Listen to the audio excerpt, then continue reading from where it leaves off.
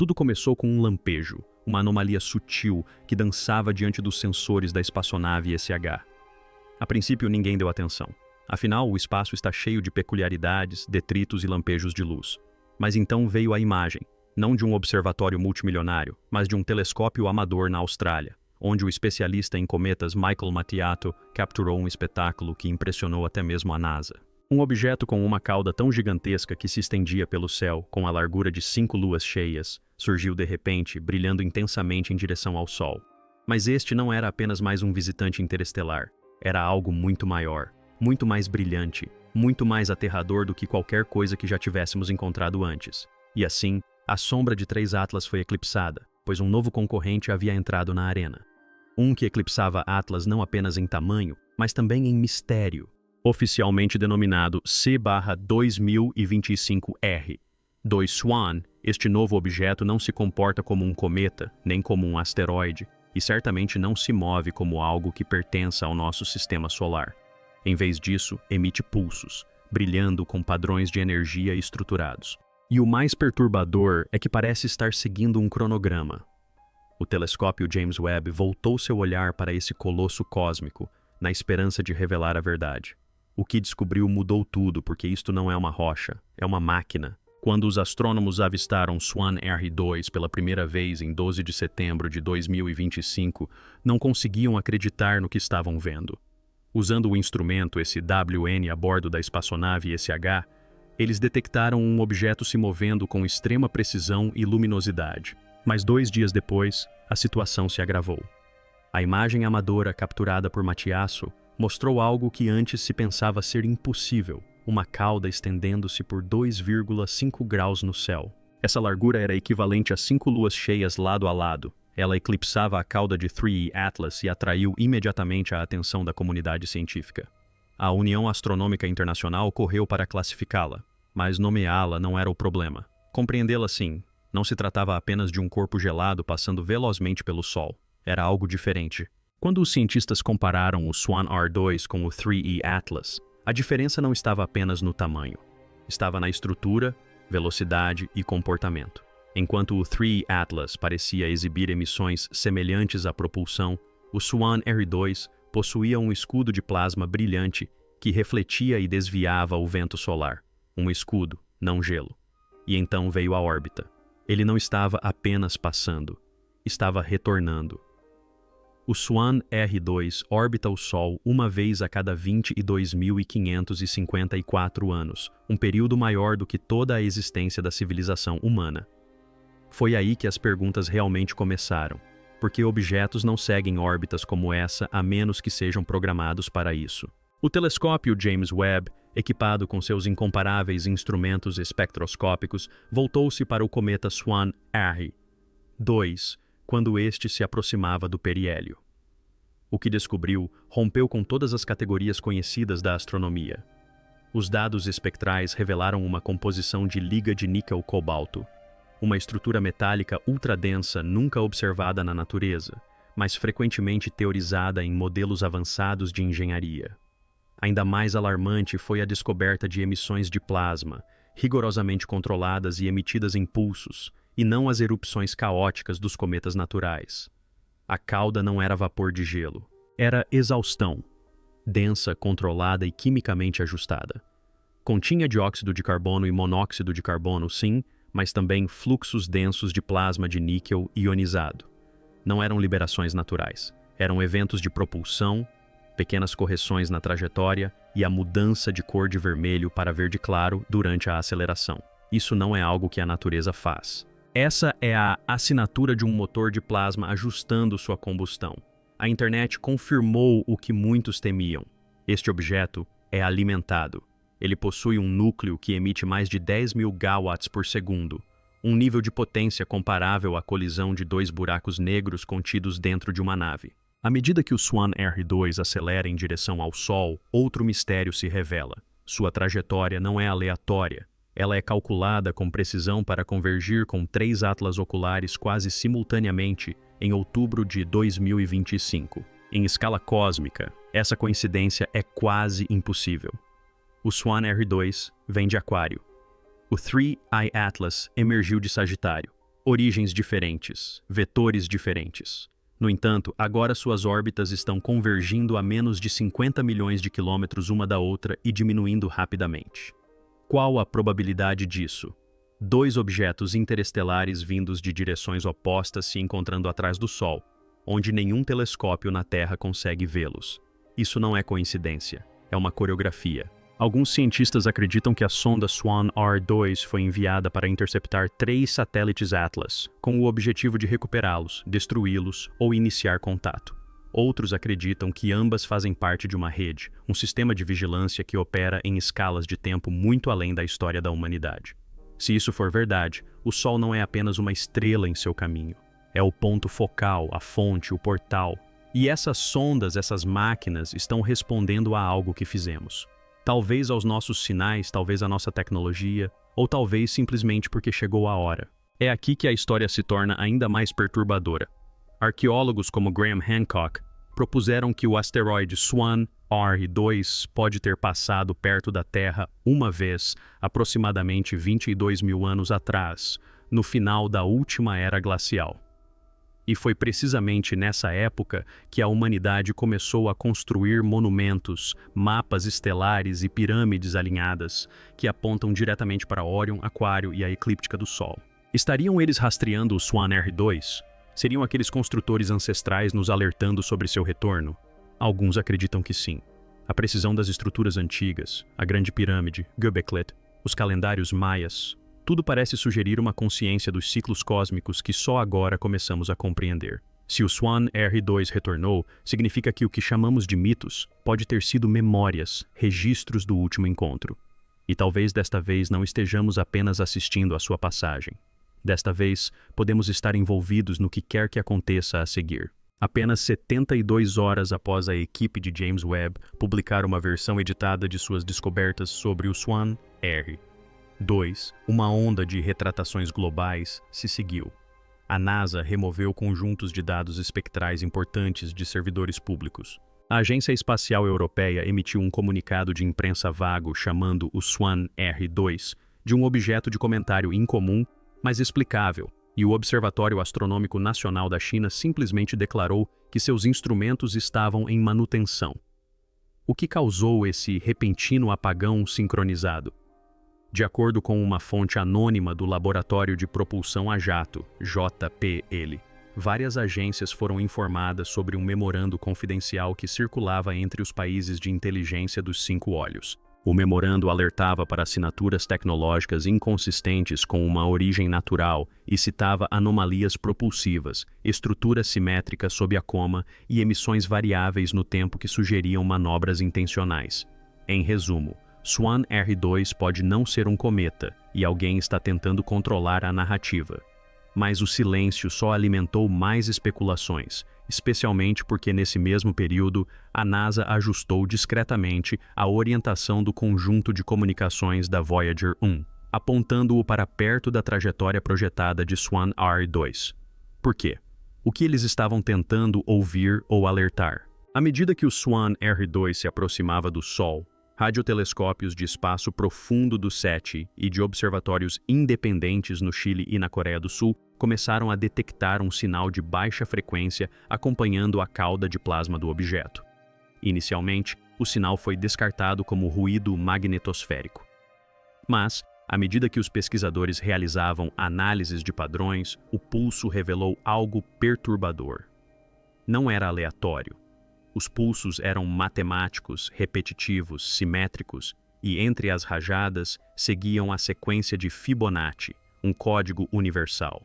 Encontradas na espiral das galáxias, no design do DNA e no crescimento de conchas marinhas. Não se tratava de emissões de um cometa moribundo, eram instruções, ou pior, comunicação. Ainda mais perturbador, os intervalos entre as explosões estavam diminuindo. Algo estava em contagem regressiva. E a última emissão, denominada emissão 8 pelo SETI, teve um pico repentino de energia equivalente a uma erupção solar, apesar de vir do espaço profundo. Como se o objeto não estivesse apenas emitindo sinais, mas se preparando para algo. Nos bastidores, diversos programas espaciais militares ativaram protocolos de contingência. O Comando Espacial da Força Aérea dos Estados Unidos ordenou o reposicionamento de satélites de vigilância secretos. A Rússia lançou um foguete repentino e não programado do espaço sideral com uma carga útil desconhecida, supostamente em direção ao plano da eclíptica e à China. Dados de satélite mostraram uma frota de nanocats alterando suas órbitas para formar um padrão semelhante a uma rede sobre o hemisfério norte da Terra. Por que todo esse movimento? Segundo informações vazadas do Ministério da Defesa francês, várias nações acreditam que o Swan R-2 pode conter potencial para ameaças autônomas, não necessariamente uma arma, mas algo que poderia desencadear reações em cadeia se passar muito perto do Sol. Alguns teóricos argumentam que poderia ser um nó de retransmissão, um interruptor gravitacional ou até mesmo uma chave cósmica projetada para desbloquear algo oculto no campo magnético solar. As tentativas de enviar sondas de reconhecimento teriam falhado devido a incompatibilidades de trajetória e radiação solar excessiva. Mas a informação mais perturbadora veio de uma conversa recentemente descoberta entre dois engenheiros aposentados da rede de espaço profundo. Não construímos a Voyager 1 apenas para sair do sistema solar. Construímos para observar o que entra. Enquanto o telescópio James Webb continuava a escanear a estrutura do Swan R-2, os engenheiros notaram algo que ninguém esperava. Sob a brilhante coma e a cauda eletromagnética, havia simetria, geometria radial, escala fractal e uma série de arcos concêntricos que ecoavam a mesma proporção áurea encontrada em seus pulsos de sinal. Em outras palavras, este objeto possui arquitetura. A espectrometria de Webb revelou quedas periódicas na intensidade da luz refletida, semelhantes à forma como detectamos trânsitos de exoplanetas, indicando uma superfície estratificada e projetada. Os dados apontam para algo com múltiplas câmaras, reforço metálico e possivelmente até propriedades de isolamento térmico. Ainda mais preocupante, diversas varreduras revelaram vazios compatíveis com cavidades ocas, potencialmente câmaras ocas ou condutos de energia. O objeto pode ser enorme, mas não é sólido. Ele foi projetado para ser eficiente, talvez para atravessar o espaço interestelar, absorver energia estelar ou conter algo em seu núcleo. Nenhum asteroide, nenhum cometa, nenhuma formação natural jamais exibiu essas propriedades. O que nos deixa com apenas uma pergunta aterradora: quem o construiu? À medida que o Swan R-2 acelerava para além da órbita de Mercúrio, os astrônomos se preparavam para o que pensavam ser uma breve ocultação, uma simples passagem atrás do Sol que duraria alguns dias. Mas, em vez de reaparecer do outro lado, o Swan R-2 desapareceu completamente. Esperava-se que os telescópios retomassem o contato visual em meados de outubro. Não viram nada. Nenhuma coma, nenhuma trajetória, nenhum sinal. Durante 6 dias, o objeto simplesmente desapareceu.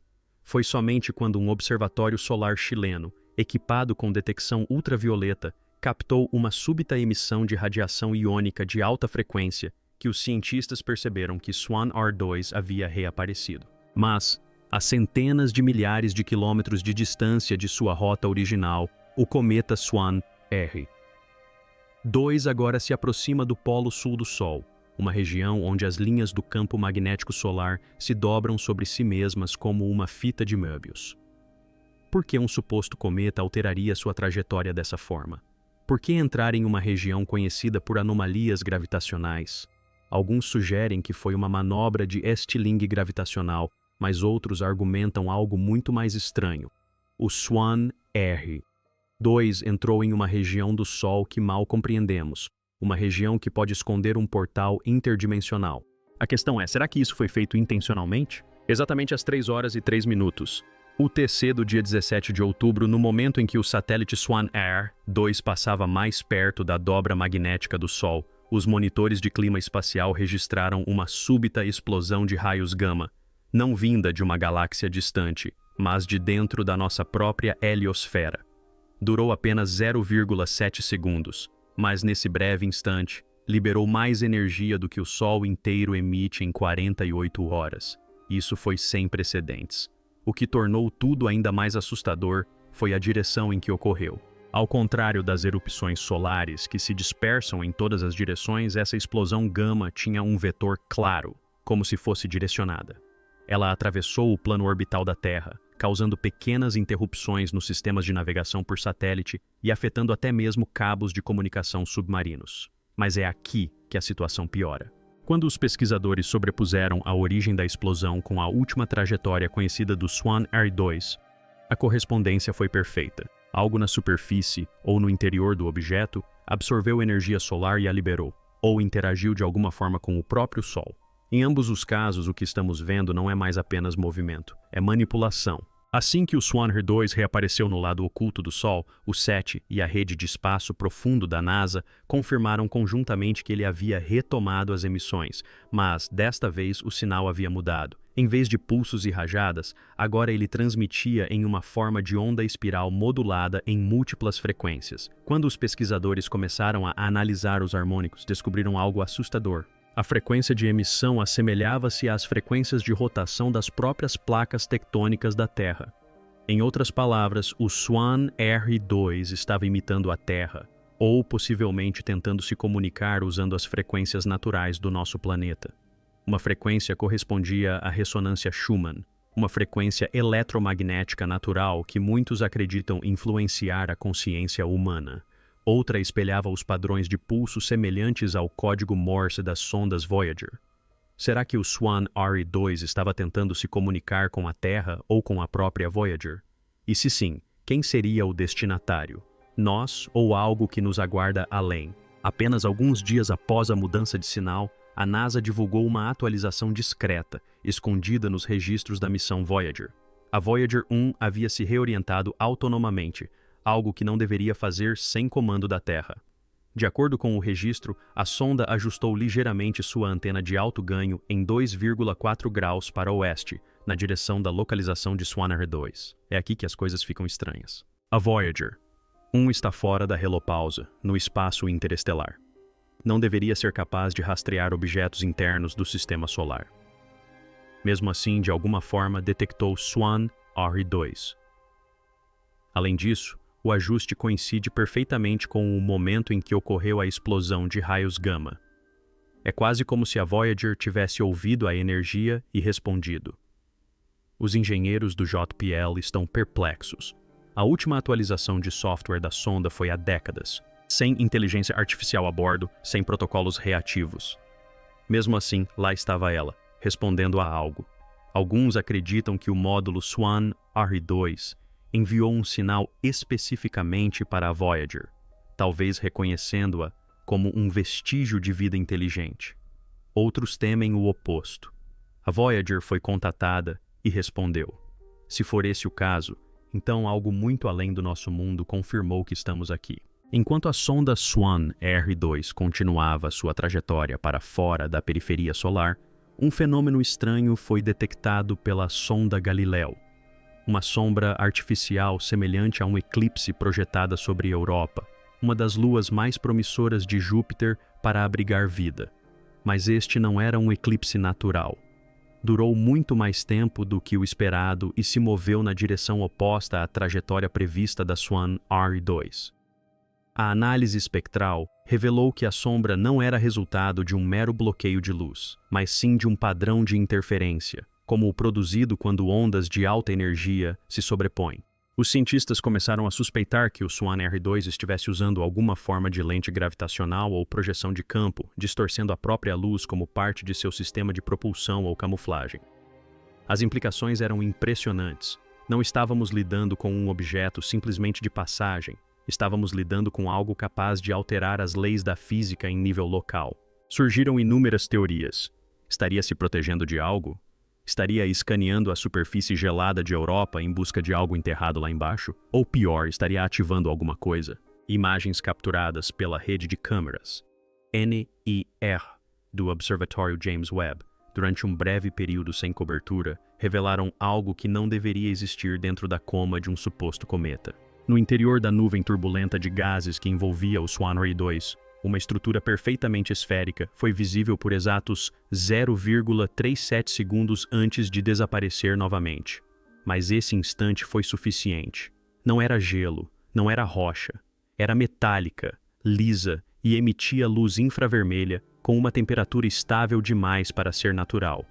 E pior, O objeto possuía o que os analistas agora chamam de íris, um vazio central escuro com uma crista simétrica ao redor, semelhante a um olho artificial.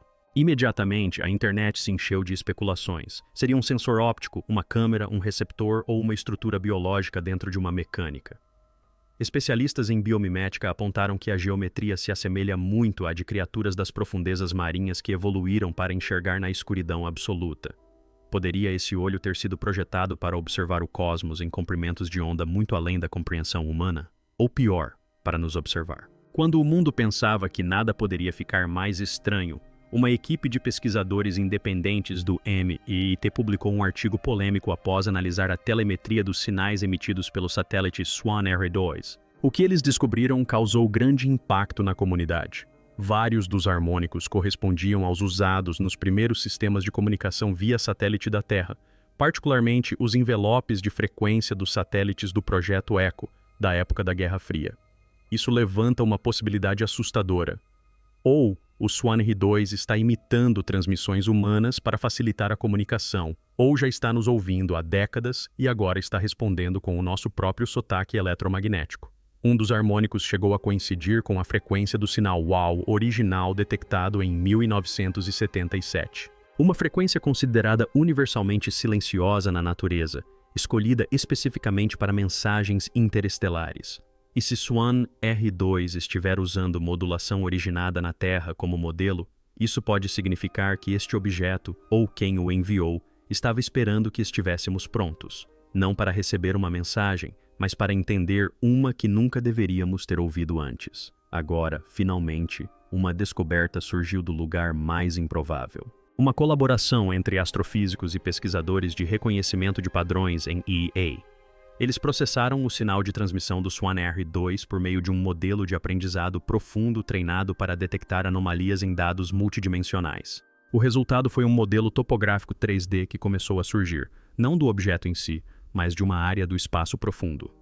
As coordenadas apontavam para uma região comum perto da constelação de Lyra, até que radiotelescópios focados nessa localização captaram um fraco eco do sinal original do SWAN-R2, refletindo em um padrão impossível, como se viesse de uma segunda fonte ou de uma estação aguardando do outro lado. Quando sobreposto a dados anteriores de busca por exoplanetas, o mapa não se alinhou com um corpo planetário conhecido, mas com um vazio, uma região sem matéria visível, porém matematicamente consistente como um campo de camuflagem semelhante ao de Dyson. SWAN-R2 pode não ser apenas um explorador. Pode ser um farol iluminando o caminho de volta para casa ou para algo que não quer ser encontrado. Seja o que for, não está viajando sozinho. Faz parte de uma rede e a Terra agora está nela. Durante décadas, a humanidade contemplou o vazio, enviando sinais, na esperança de encontrar um sussurro no silêncio. Mas e se o silêncio não fosse ausência e sim vigilância?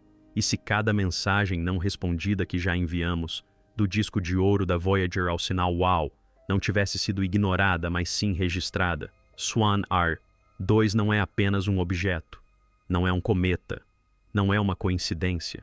É um mensageiro, um observador, um gatilho. Sua geometria perfeita, suas emissões controladas, a explosão gama, a imitação das antigas frequências dos satélites da Terra, tudo aponta para uma constatação perturbadora. Isso foi projetado como um propósito. E se isso for verdade, então, esta misteriosa esfera, 100 vezes maior que o Atlas de 3 olhos, não é apenas uma viajante pelo nosso sistema solar. É uma exploradora entrando em território já mapeado. O Sol foi seu corredor, o sinal, sua impressão digital, e agora nós respondemos. Ou pior, ela respondeu a si mesma. Porque eis a verdadeira questão. Se o SWAN-R2 é 100 vezes maior que 3 Atlas, o que o enviou, e se o que o enviou está ouvindo agora, então talvez não estejamos nos preparando para uma visita. Talvez já tenhamos sido visitados. Simplesmente não reconhecemos a cidade porque ela foi construída no escuro.